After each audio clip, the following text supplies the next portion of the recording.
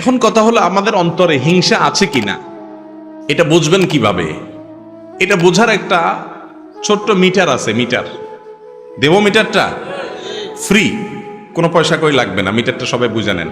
মিটারটা হলো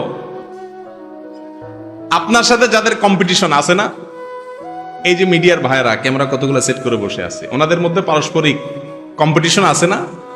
কার চ্যানেলে কত বেশি সাবস্ক্রাইবার হয়, কত বেশি ভিউ হয়।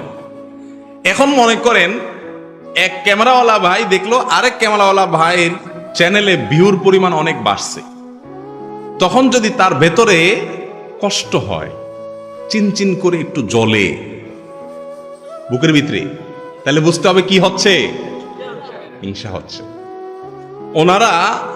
ওনাদেরটা দিয়ে বুঝাইলাম, আপনারা জোরে জি বলে নিজেদেরকে পাক মনে করেন না, আমরা সবাই এই রোগের রোগী।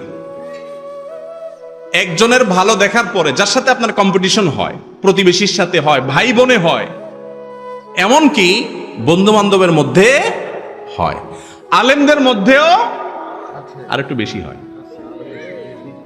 ঠিক না বে ঠিক? ভালো দেখতে পারে না। একজনের মাহফিলে লোক বেশি হলে আরেকজন বলে যে আমি দেখাই দিতাম চান্স পাইলে। এই সমস্ত রোগ আমাদের মধ্যে আছে না নাই? আল্লাহু আকবার। ভাইরা আমার,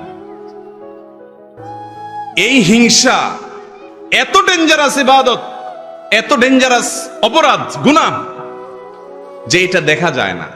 ইয়া বড় দাড়ি, লম্বা রুমাল, বিশাল বড় পাগড়ি, লম্বা জুব্বা, সবই ঠিক আছে, কিন্তু ভিতরে ভিতরে হিংসার ডিব্বা হতে পারে কি পারে না বলেন?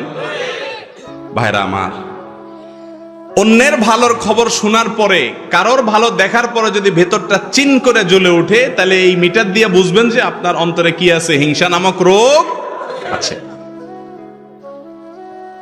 এই রোগ অন্তরে থাকলে আপনি কখনো সুখী হতে পারবেন না।